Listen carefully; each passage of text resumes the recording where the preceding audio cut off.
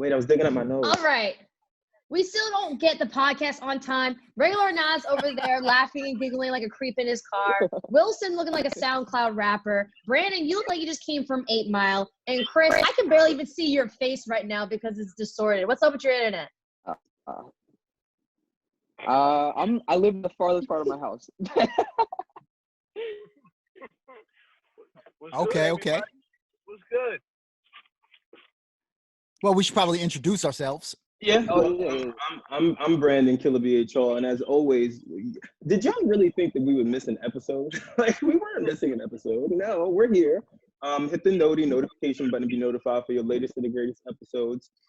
Again, as Wylson said, I'm one of the hosts, Brandon Killabh HR. I am Erin Ashley Simon. No sty in the eye this time. Hey, sty in the eye.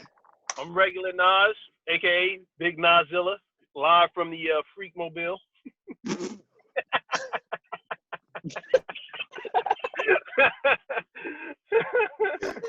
Yo, you're nasty, man. You really That's nasty. nasty. Yo. Who had That's a Freak nasty. Mobile in 2020? Kid? You old man. God bless you. I am Wylson. Yo, you even dry on virtually. Everybody, I guess today I'm in front. Yeah, buddy. Oh, And Chris, man. Well, let's get right into it, guys. Obviously, if you have been living under a rock, which you probably don't, we're currently self-quarantining for the coronavirus. It's continuously spreading, and it's impacting all of our lives in different shapes and forms and ways. I actually just found out today, someone that I know personally, their father has a coronavirus, and they may potentially have it as well. But how have you guys been adjusting to it? Like, how have you been handling self-quarantine? Nas, you got kids. I can't even imagine how you're handling it. Like, how do you keep your children like busy? Well, I kind of put them on a schedule, you know, because they think it's a vacation. Well, one of them does, the one that's in school. She thinks it's a vacation, so it's really just getting her down to a routine and trying to have some stability in her life, man. But they're upstairs running amok. That's why I'm in the car. The beige brigade is running around. iPads are going. My electric bill's going to be crazy. Everything's on chargers. This quarantine is going to test a lot of people. I don't know if you guys noticed, but China, after the quarantine, I just want to say, not me personally, but China, the divorce rate went up. Mm-hmm.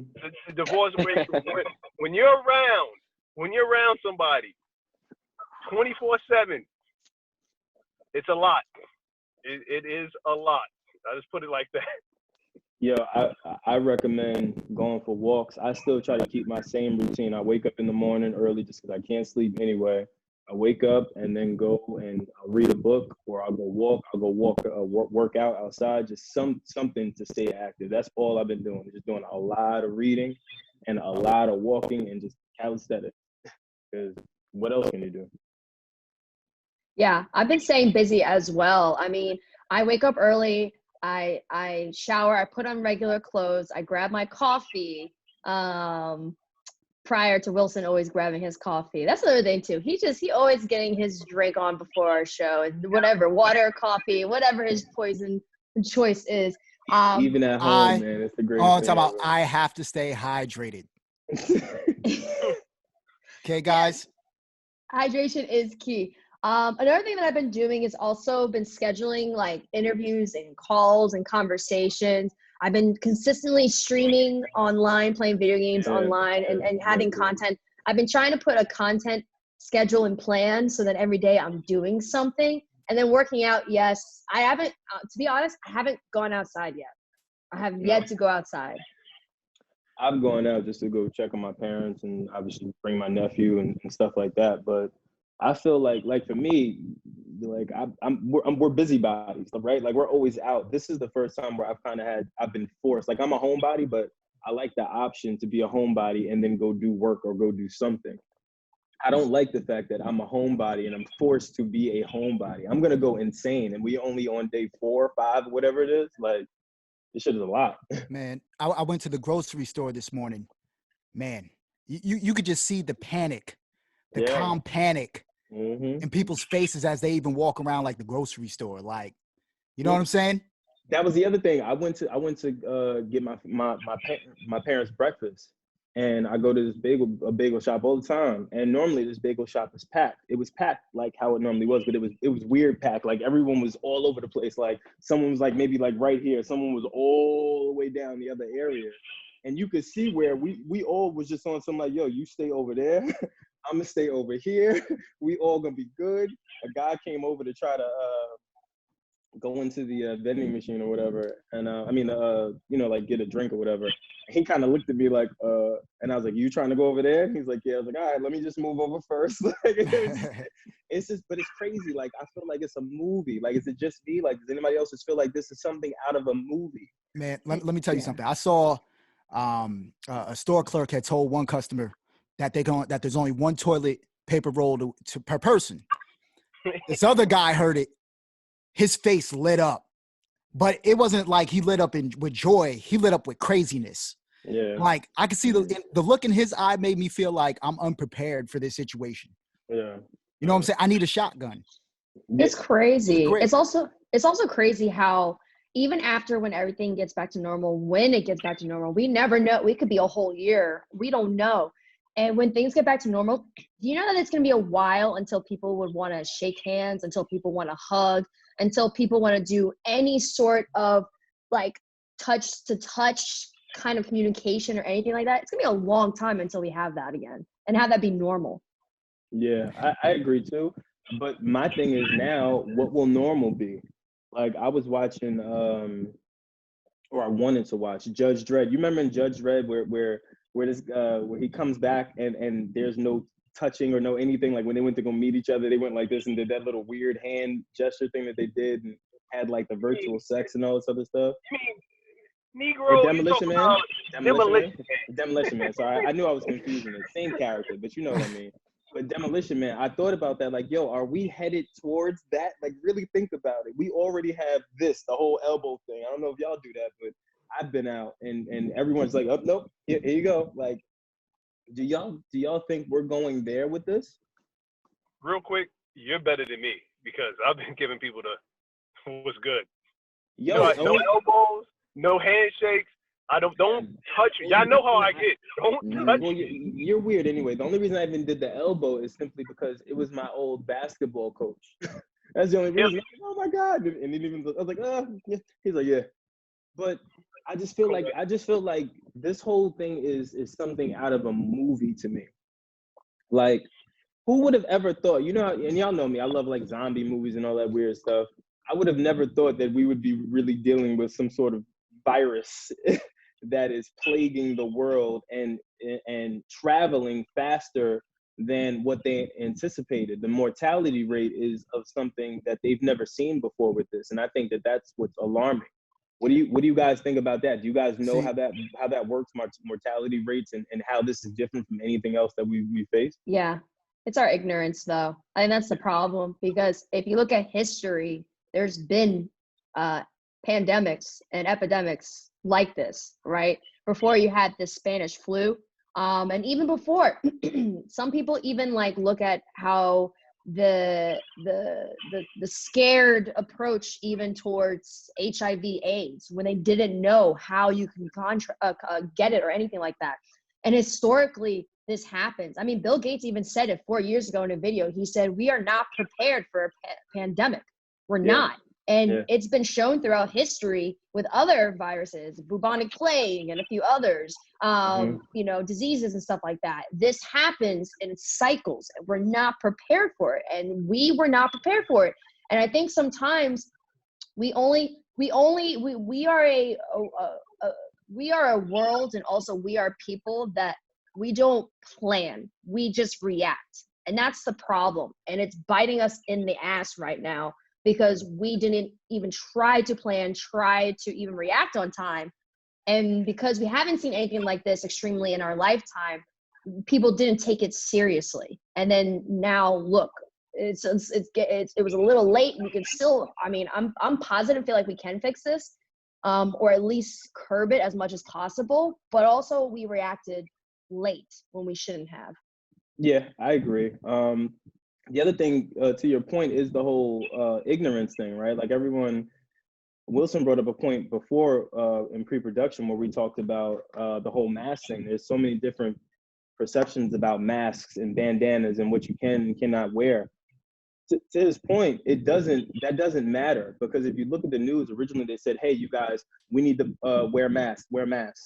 Then it went from that to, hey guys, there's a shortage of masks and you need to reuse the one that you have, even though if you know how this stuff works, because I'm learning about it, that's not safe. Like those masks are for preventative measures for you to share something as well as for it to be shared to you. If you're wearing the same mask, you're only housing germs on that same mask. Same thing with the bandana. A bandana does not block you from the flu or anything. What blocks you is it's just the normal things that people do. It's washing your hands frequently, but just a little bit more frequently. I've also learned that just like with anyone, you're always in close proximity with someone that has some sort of a virus. That's natural. Everyone has some sort of virus in us lying dormant. And how it's really transmitted from what it looks like is that it's really just being close, like face-to-face close, where maybe saliva or something like that can be transmitted. And that's why they're practicing this whole 6 feet thing. But I just find it interesting to see how we're handling it and some of the missteps about it. Like you can just see the shift in how it's being reported on now. It went from, hey, don't worry about it, to, yo, we have a real issue here. It went from, hey, just buy a few masks, to no, use that mask, hold on to that shit for dear life, even though that's not really healthy. Like you can see that there is some panic here. I was gonna say, what if Hollywood has been preparing us for this? You know, to just say maybe Thanos was on, maybe that was a warning. I'm real a conspiracy guy. I know you're not. I'm out there. This is balance, right? What if they were preparing, like, yo, this is coming, because they tried it with outbreak, pandemic, contagion. Everybody's like, oh, you know, it's steeped in some sort of realism, but it didn't really have the box office impact that it should have, right? If you look at outbreak now and contagion, you're gonna scare the shit out of yourself. Yep. And funny enough, it's added on Netflix now. And it's trending on Netflix now. Listen, they got those movies. I'm about to sound like the crazy old black man, but they got Hobbs and Shaw, right? If you look, Shaw's sister had the virus in her hand, and the doctor was saying, like, oh, it can spread out, and within 48 hours or whatever, it's all over the globe. In my head, my little conspiracy brain, they've been trying to prepare us for something like this. And then you got all the other, you know, when you follow the money and the guaranteed contracts and all that, they're playing chess out here, man. It's just weird the way, like, to go to what Brandon was saying, this is going to be the new normal, but for how long, right?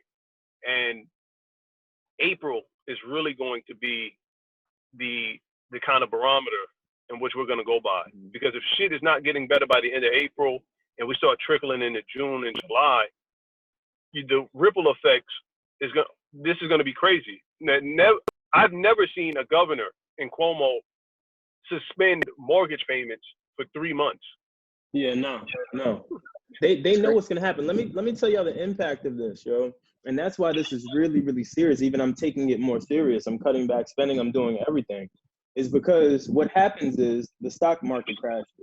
The stock market crashes, and then you go into a recession. How do you get out of a recession? You then try to create new jobs. But because they're going to use so much money to have to fund the rest of this year for governmental jobs and all of these needed essentials in order for us to keep us afloat as a country, they're not going to be able to create jobs. They're actually going to lay off, which means we're going to be in an economic crisis when you really, really think about it, if they don't get this under control.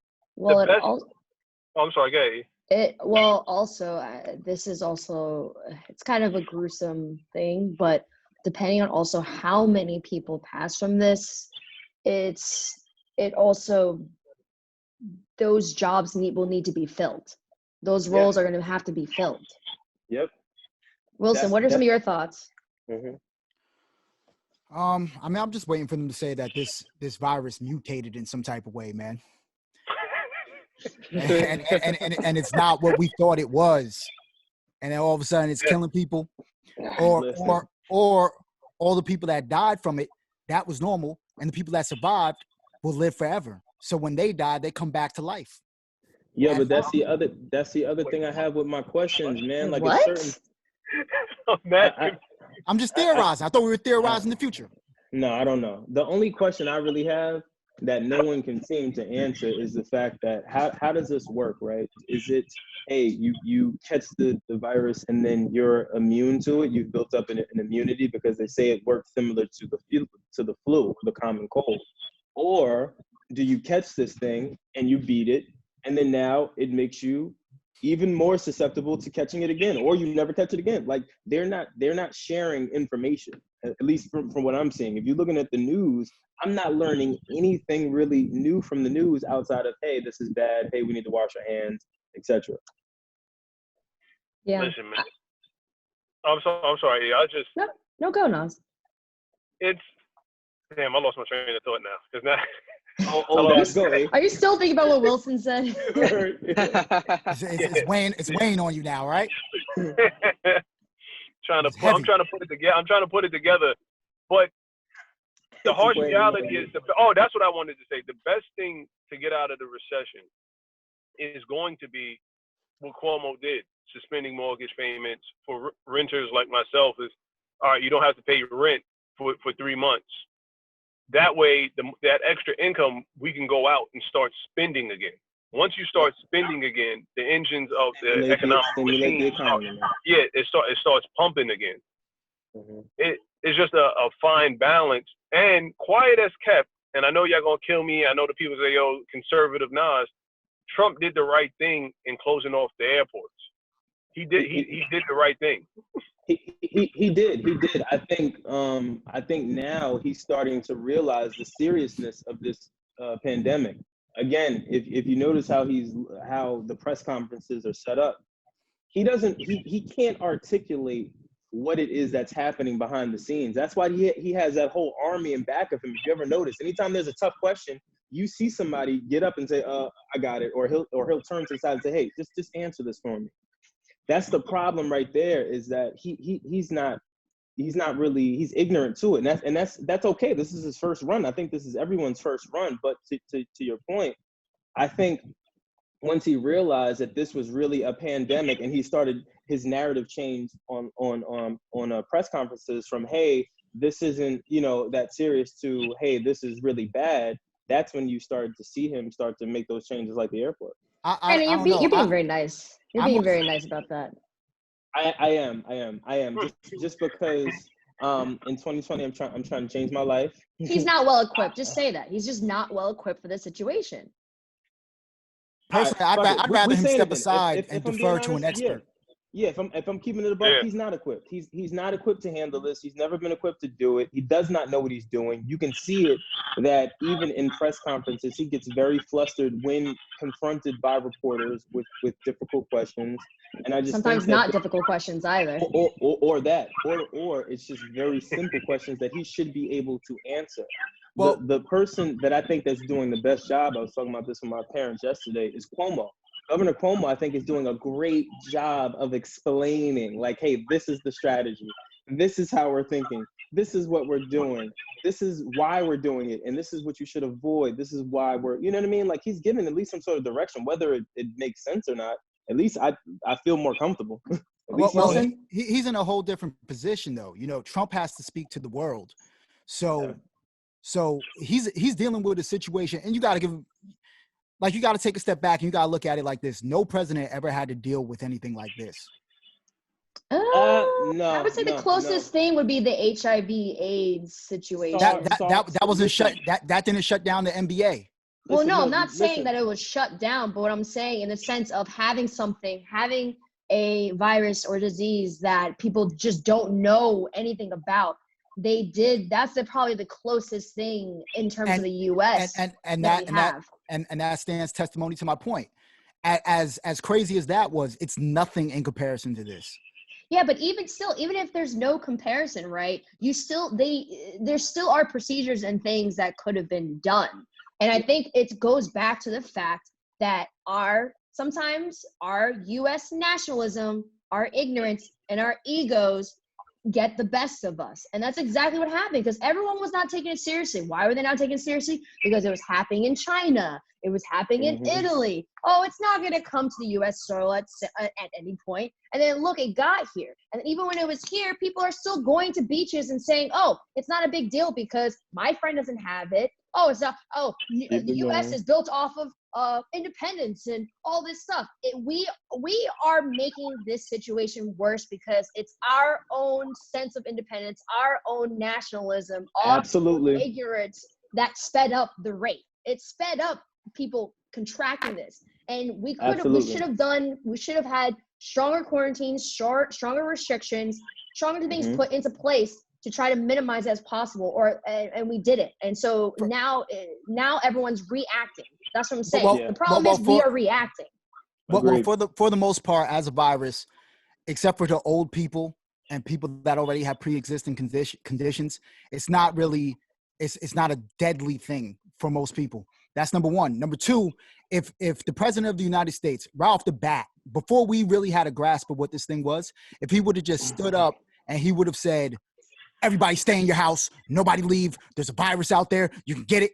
Do you know the panic and pandemonium that would have caused?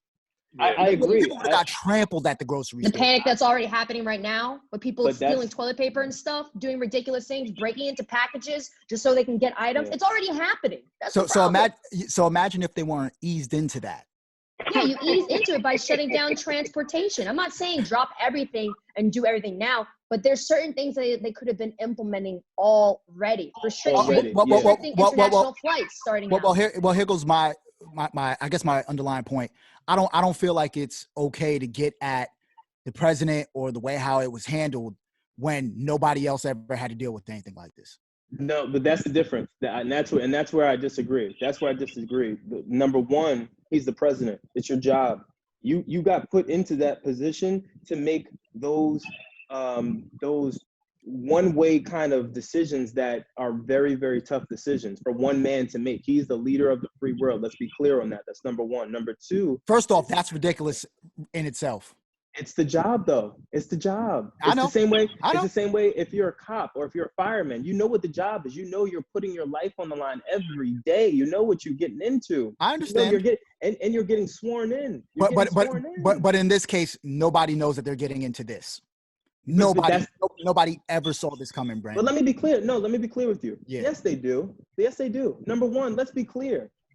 You know how you guys watch enough shows. You guys have enough imagination. You know how this works. You don't think that he wasn't briefed on potential threats that he could be facing entering into his presidency? You don't think that he has blacklists of chemicalized weapons that he knows are out there in the world that could potentially be threats? Let's not be clear. He's not ignorant to the possibilities. He's ignorant to how to handle it. He's learning. Now, am I saying he's supposed to know how to do it? No, because again, this has happened time and time again. Like Erin said, with AIDS, with SARS, with there's so many other things that have been out there. Yeah, but nobody was briefed on. Nobody was like, oh, there's going to be a virus. It's going to shut down the NBA. Idris Elba's going to get it. Black women are going to lose their minds. Tom Hanks.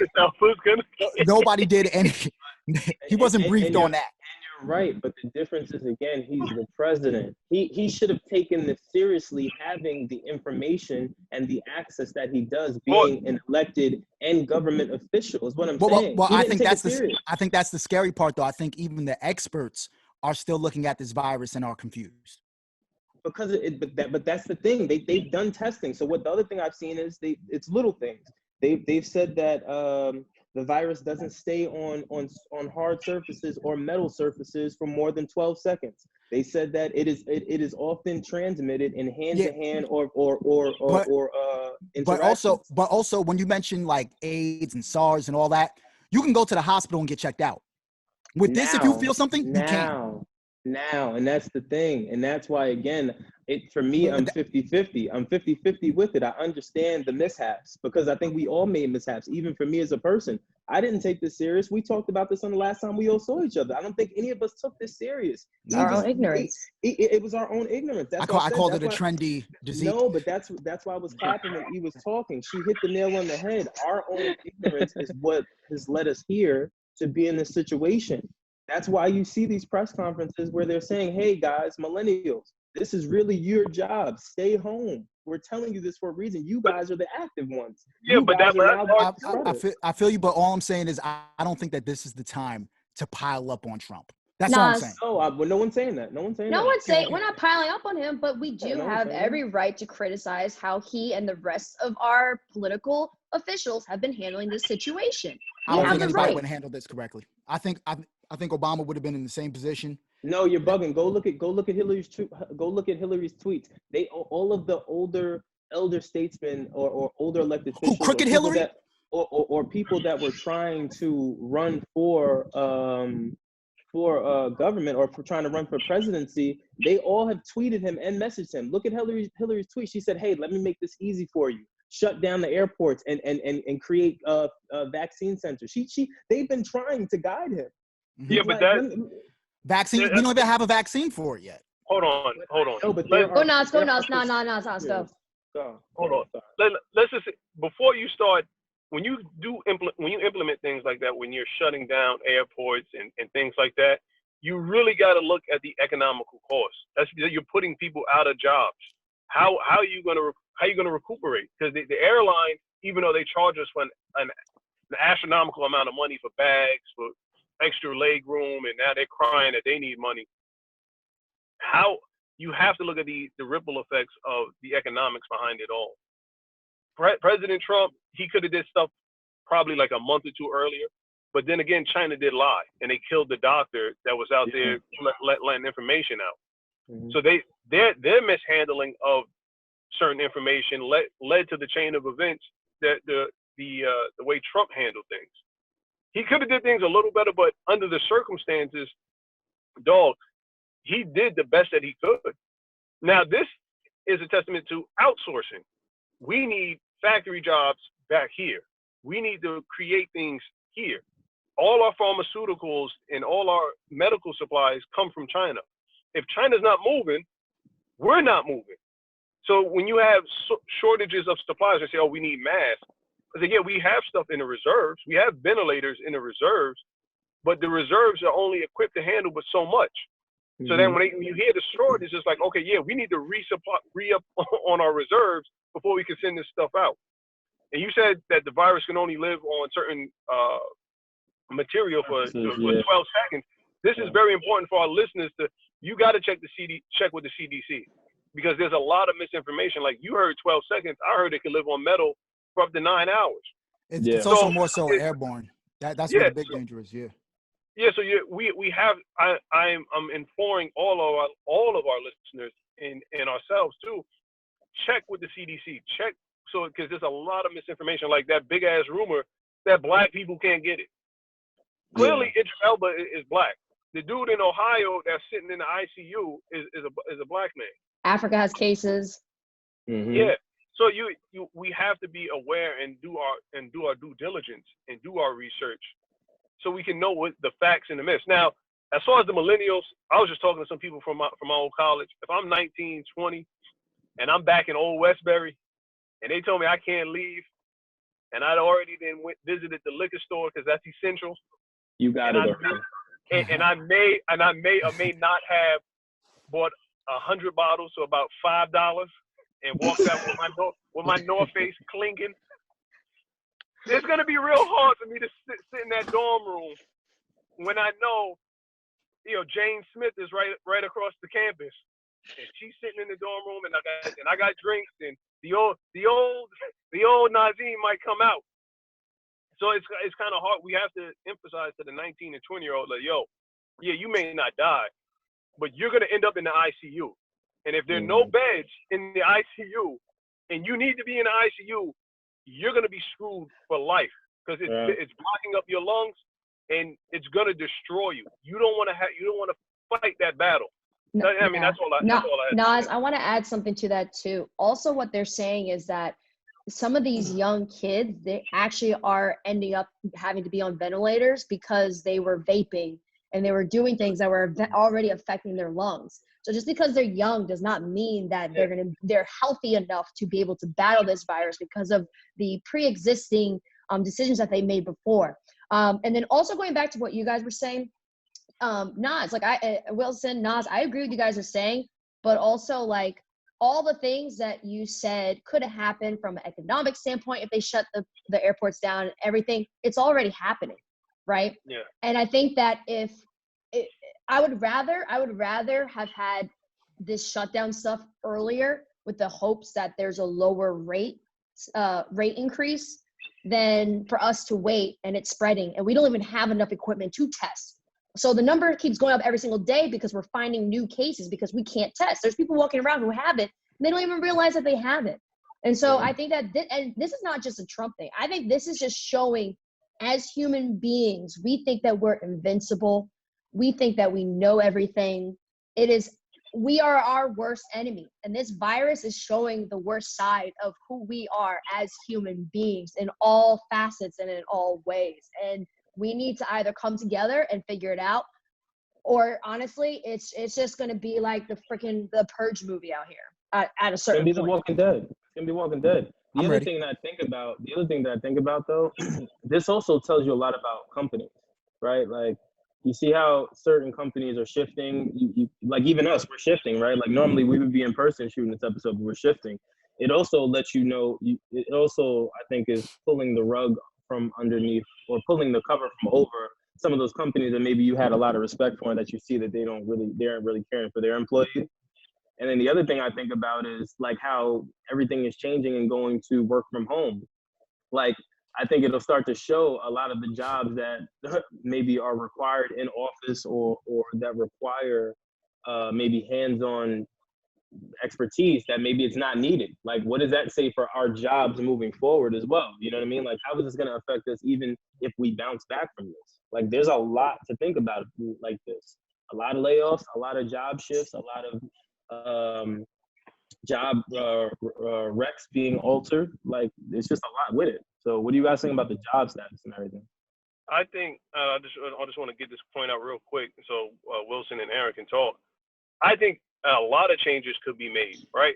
One, if you look at letting the elderly shop in supermarkets from like, let's say 7 to 10, the elderly and those with medical issues, that relieves a lot of stress from the elderly. So they're not out there fighting during the course of the day. As far as homeschooling, you can, instead of suspending a child and he's at home and he's not learning at all, now you can utilize Wi-Fi and bring him into the classroom and bring certain things and so he can still get his education rather. Job working is less stress if I'm working if I can do a job at home and I can spend more time with my family. I've seen more people out with their children. For me as a parent, it's like that's dope. Now you get to know your family. You're checking on people that you normally wouldn't check on because you're so worried about the commute. You're so worried about, I gotta get to the job. I'm already running late. Chill, but you could do it from home. And look at what's happening to the environment. Look what's happening to the earth, where the pollution's going down, the waters are clearing up. Life is happening again. I think this is a perfect time to reevaluate the whole system. When children go back to school, they should go back with a focus on math and science, so the next generation can prepare for inevitably, which is the next pandemic. I mean, that's just my little euphoria. Just to jump in real quick with some facts and information. So there actually is studies that are happening right now. This is via the Washington Post. And where is it? I think it's Penn that dropped this information. But nonetheless, it's from the Washington Post. And they said that if in the worst case scenario, if we don't do self-quarantining, if we don't do what we need to do, if there's overwhelming in terms of just the sick pouring into hospitals and beds and everything, based off of the just statistics that they're putting together, they said the worst case scenario, America is on a trajectory towards 1.1 million deaths. Yep. And that's the scary part about all of this. And that's what I spoke about earlier in the conversation is mortality rates. That's why this one is more alarming than anything else. That's even what my mom said. She said when this first happened, she said, yeah, this is going to be bad just simply because of the mortality rate. The amount of people, lives that have been lost because of this virus, it's more than anything that we've ever seen, but at a faster rate, right? Like the numbers keep increasing every day. If you're paying attention to the numbers, every day you wake up by the thousands, it's increasing. That is the mortality rate. And because it's so high and increasing so rapidly, that's what's making medical practitioners and doctors and even government officials so alarmed now, is because they've now realized that, hey, we've lost control. We need to figure out how to get a hold of this. We need to shut everything down. I would not be surprised, again, that we don't see martial law and then mandatory, you will not be able to leave your home soon because this keeps spreading. I just want to jump in real quick. The lieutenant who was in control of the Army back during Hurricane Katrina, he made I forget his name. He was an older gentleman, older black dude. Maybe Chris could text, so I can see his name. But he said something that was very intriguing, and he had a great idea. Graduate the doctors and nurses now. The ones that are in their last year of medical school, graduate them now and put them into the field. Second point is, and this is my own theory, look at our healthcare system the way it is now and how people are panicking. And certain politicians want to give free healthcare to illegal citizens. Mm-hmm. Think of the strain that we're under now, and you want to make it so illegal citizens can go to our hospitals. The amount of strain that would put on our healthcare system, it's inconceivable. Yeah. So we really have to reevaluate where we stand on certain things, man. Even the Jacob Javits, you see that they're turning that into a makeshift hospital. Like the Jacob Javits Center now has to be another hospital. Like that's how bad this is getting.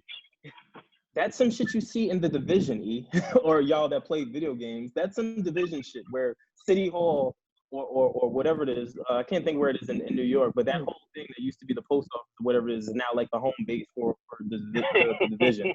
That's literally what that is, though. Like, think about it. The Jacob Javits Center will now be a hospital. That's how fast and rapidly it's happening. Wylson? Now, this whole entire virus thing, like, it actually puts me in a predicament because at one of my jobs, I'm actually considered an essential worker, but I also don't have health care. So if I get it, what's going to happen to me? Because I'm getting a bed. Do you understand? I'm getting a bed in there. I'm not paying. Like, I don't know how that's going to affect me if I get it and I need, medical care. You're going to hit me with a crazy bill? Well, typically when I'm an essential worker and I have to go to work? Well, the thing for that though, so I had a whole year where I didn't have health insurance. On a normal case, a normal situation, they do actually, hospitals have forgiveness plans where they'll just write it off. So then you don't have to pay for it. And I think with this situation, no matter what, they're going to have to write off these medical bills because it is an act of God. Like, it's not like you yourself put yourself in harm's way. And especially if you're an essential worker, you are needed. There are certain jobs that are needed to still have the economy go, to still have and get equipment for these doctors, to still make sure that people are alive. And so they're going to have some forgiveness stuff. No one's going to stop you and be like, hey, sir, I need your health insurance and I need the bills and stuff. No, they're like just bringing people in or telling people to stay. That's what it is. So you still, even if later on, if you have to go to the hospital and you recover, you can still do, I would hope later on there's going to be some forgiveness, and they're going to have to at this point. Let me tell you something, E. If I have to go to the hospital, I'm walking in there like John Q. I'm holding the whole place hostage, and I'm coughing in everybody's mouth. I'm pulling down masks. Nobody's safe. But you playing, so I think about that, and I don't want to put it in the air, but I think about people walking around in masks. I think about all the stuff that's happening in Philly where Did y'all see that post where they said pretty much like they're waiving all like misdemeanor offenses and all this other stuff? Did y'all see that? Yeah. Yeah. That's scary stuff. It goes back to E's point. You leading right down the avenue of fucking the purge, man. Like, this is how things like this start. You start bringing in government, then you start implementing rules, then a virus happens, then the shit outbreaks. Now you're trying to get control of it, but now it's pandemonium because we're all behind the 8 ball. We're playing catch up. We're being reactive versus proactive, and because of that, we're now here. It's going to get bad if it don't get better soon. And to add context to what Brandon was saying, Chris has found it. The Fraternal Order Police issued a statement supporting this decision, which covers all narcotics offenses, thefts, burglary, vandalism, prostitution, stolen cars, economic crimes such as bad checks and fraud, and any existing bench warrants. The directive was released to keep officers safe during the public health crisis. Yeah. You don't want them boys in blue when the shit hits the fan. You don't want somebody between you and the nut job with the machete. But that's the thing, man. That's why this is. I know I keep saying it the entire episode. This goes back to Eve's point, but it does when she talked about it. It goes back to how we have to treat each other different. Like, things are getting bad. Life. I think people are starting to see that right now. Life is just too short for bullshit. Like, things are getting bad. Loved ones are getting sick.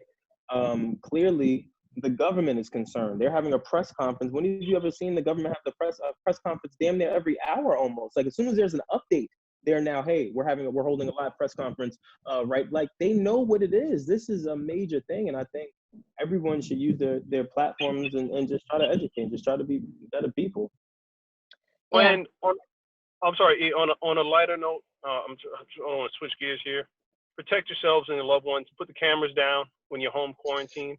All right, you don't got to record everything. Yeah. If you understand what I mean. Yeah. You're quarantined. Stay. Keep that to yourself. Mm-hmm. You don't want certain stuff leaking on the Insta story. That quarantine boo loving, the quarantine booze. Yo, exactly. that dude's a weirdo. First of all, you're quarantined with your significant other, and the lights are off. It's just you and her. Why are the lights off? Boring. Yeah, thank you, Wylson. Boring as hell. Why are the lights off? Turn the lights on. Open up the curtain. Nobody's walking around. And he's talking about Jamal Murray, by the way, who got caught posting, getting some head on Insta stories, which I don't understand how you can accidentally drop that video on Insta stories. Like, there ain't no butt dial for Insta stories. And another thing too, random question. How do you think the sugar mamas and sugar daddies are handling this situation right now? They're hurting. They're hurting, right? They are hurting. Do you think they're still paying their sugar babies just to call them and FaceTime them? If the sugar babies are smart, they're over there right now because the sugar daddy's stacked up and the sugar mama's stacked up with supplies because they're older. So they know they got to keep the peanut butter on deck. They know how to keep them there. I don't know. Let me have the milk and cookies. I got you. Yo, I don't think that Corona stopped any booty calls. I think if anything, it's heightened them. Because now you're home all day. Maybe not now. Yeah, maybe not now. But stop a booty call. I would need to see your papers. I'll be like, oh, you're sick? Let me see your paper. I think in the coming weeks you're gonna see it. It's gonna be bad. Wait, is sending nudes part of those offenses that people are gonna go to jail for? I don't know. Wait, what do you mean? This is a serious question because if you're booed somewhere else and you're trying to send a nude or a video, even though I do not disclaimer, please do not do that. Don't be like Jamal Murray, okay? How would they go to jail for that? I think that they'll be fine, and I also think that now that you mention it, this is the perfect time to be a flasher. If you want to throw on a trench coat and go flash people, right now's the best time. Yeah, you're right. Nobody's going to touch you. Nobody's touching you. But who are they going to flash? Ain't nobody outside. They're going to be flashing a tree? No, I saw people in Brooklyn jogging. They're still jogging. Okay. Listen, I saw a few joggers. This conversation has been great. Yeah, this has been great. Mad OnlyFans out here. Making their accounts private. OnlyFans. Yo, porn. By the way, did you guys see stars would thrive right now. Did you guys see Magic City is doing live shows? Live shows. They're bringing the strip club dollars at your screen to every house. Call sustainability. Cash App. Cash App. Cash App. Strip club streets is done, man. That shit is crazy. The streets are done. It's over. Nothing is moving. It's over. Sway Lee did a whole concert on Instagram. Yeah, I know. That joint was fire. I like that, by the way. Shout out to D Nice. Shout out to Sway Lee. Shout out to who else did John Legend did Instagram performance. I like that. The first person that did that was I gotta give this dude credit. Mark Rebellic. Mark, the dude does it. I'm chewing on your ass. That dude, the white dude that was he was the first because his joints got canceled in Australia and New Zealand. Yeah, you're right. On Instagram, it was like, yo, I'll put on a live performance on those dates. Just let me know. He's the first one to do. Then everybody else started doing it. Yeah. My man Mark Rebellic, his credit. You're right. I just still think it's dope that artists are doing that shit. Like that's fire. It's about being creative. Actually, honestly, right now is the perfect time for creators to just create because literally everyone is looking to be entertained. Everyone's looking for content. And even if you do content from your phone, nobody cares. Why? Because everyone's stuck at home and they want to watch something. Yeah, it's a true story. Yeah, I agree. I saw you rapping. Yeah, Jeff tried to come on my neck, man. I had to kill him. He was spitting Eminem's bars. Yeah, that was the M bars. And Brandon came at his mustache all crazy. Yeah, I had to come at his mustache crazy. I had to let him know I still had it. I had to let him know. Oh man. Well, for those, if you want to see content, our crew, we're going to continuously put content out. Also, we're going to be dropping podcast episodes. We may be dropping more than one depending on when we get guests. We actually are still working on getting guests. But guys, this has been unique. I don't know what else to say. Very. It was pretty fun, man. I liked arguing for a little bit, man. It was a change of pace. Actually, I was gonna say I actually like this change of pace per last week. Like I think this was pretty cool. I'm honestly really it's weird doing this, right? Because of the simple fact that I'm used to seeing you guys. Like we spend our Sundays together, and it's like, damn, like I got up like this Sunday ready to record, and it's like, no, stay your ass right in the house. So, all right, I'm here. Hi guys. We're still arguing. Nas is still nasty. Wylson is always saying something that just not prepared for.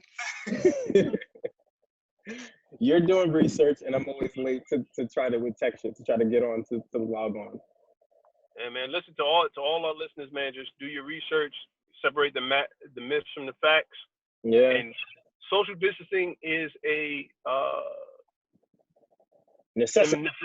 Yeah, thank you. Yeah, you so old. Look at you. I know. I'm really just. I just woke up 2 hours. Yeah. I was like, is he avoiding the word "must" for a bigger word? I was like, did he freeze? Did his camera freeze? I just woke up 2 hours. He had many Alzheimer's. Yo, he was like, if you remember. Yeah. I think we all forgot how old Nas is. He's the most at risk for corona. Yo, he is the most at risk. Yo, Nas, listen, wash your hands every 20 seconds. Please man. Keep 6 feet. Wash your hands every 20 seconds. Leave your shoes off at the door. Make sure you go in the house and take a shower. You're kind. The older people, the older generation, you guys gotta watch it. Actually, you should go in the house now. I felt like one of them old pastors, like Cedric the Entertainer, said, "Good morning." Good morning. Yeah, man. Listen, y'all stay blessed, stay safe, and God willing, we gonna get through this, man. For real. Word. We streaming tonight? Yes, we are. Even though they're gonna see us on Tuesday, but we're probably gonna be streaming on Tuesday night as well. Yeah, ain't going nowhere. I figured we'd do a shameless plug for today, but I'm like, they'll see this Tuesday. We'll probably stream Tuesday anyway, so we'll be lit. Real quick, I think Warzone is cross-platform, so you guys could invite me and Nas. Listen, we've been getting busy. Shootout. We can go shoot right now. We don't play around. We get busy. Actually, I'm really not feeling Warzone a little bit though, man. No, that's in comparison to like Apex. I can see it. In comparison to Apex. No, Plunder is amazing. Plunder is amazing. Shout out to Activision and Call of Duty who have been supporting Erin's streaming that we've been doing. Shout out to them. Shout out to really, them. really cool. That's really cool that they've been paying attention to us and retweeting. Shout out to them. Yeah, I almost messed up that bag, but yeah. Relax, relax. Easy on the bosses. We are not saying anything bad about it. Join us in multiplayer though. But you better catch these bodies out here, or else we're gonna have to get rid of you. I'm sorry. We compete too much. Yeah, we're gonna have to play it at some point. Well, listen, I'm here. I ain't got nothing but time. Let me know. Dude. Nas, Chris, do you play any video games, Chris? Yeah. I'm on. I really want to play Madden 2K though. Oh, Chris, we gotta get you together. We gotta get you together. I mean, I'm down. I mean, I got nothing but time nowadays, so let me know. I'm on PS4. Warzone is free, so yeah, PlayStation party. It just takes up a lot of gigabytes. I'm with it. All right. Well, guys, it sounds like we all are about to jump on and play some video games. On that note, make sure you hit the notification button. Make sure you sub. We're going to have way more episodes. We're going to be doing more content. All right, guys, that is it. Brandon got cut off probably because his wife beat her. So he is via phone call right now. And he's going to do the typical outro. Brandon, let them know. Brandon's wife beater broke the internet. Oh God, as always, guys, thank you guys for joining us. Be sure to hit the notification button to be notified for your latest and the greatest episodes. And also, as always, be sure to be subscribed to the newsletter, as we'll be doing fun new activities that will be housed there and announced there to our fans for first. And that's that. I am Brandon Killabh. I'm Erin Ashley Simon. Just to reiterate, if you didn't hear clearly, but yes, notification button, newsletter. Stay tuned for more episodes. Follow us on YouTube, Twitter, Instagram. We have more content. I'm regular Nas. I'm Wylson. And I'm Chris. Oh, we got Chris. I'm Chris. Later. Later. Grass.